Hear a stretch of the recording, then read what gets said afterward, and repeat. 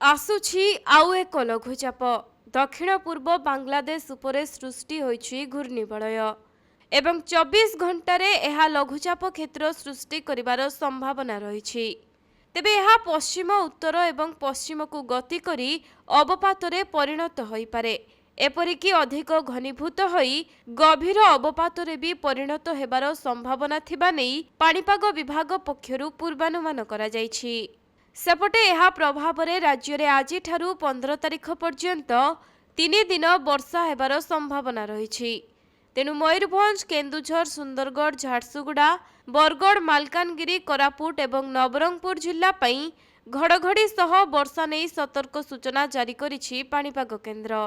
अन्यपटे आज वर्षार परिमाण बढ़िबा सहित अति प्रबल वर्षा नहीं कलाहांडी जिला को ऑरेंज वार्निंग जारी करा जाइछि। एथिसहित प्रबल वर्षा नहीं अन्य 14टी जिला को येलो वार्निंग जारी होइछि।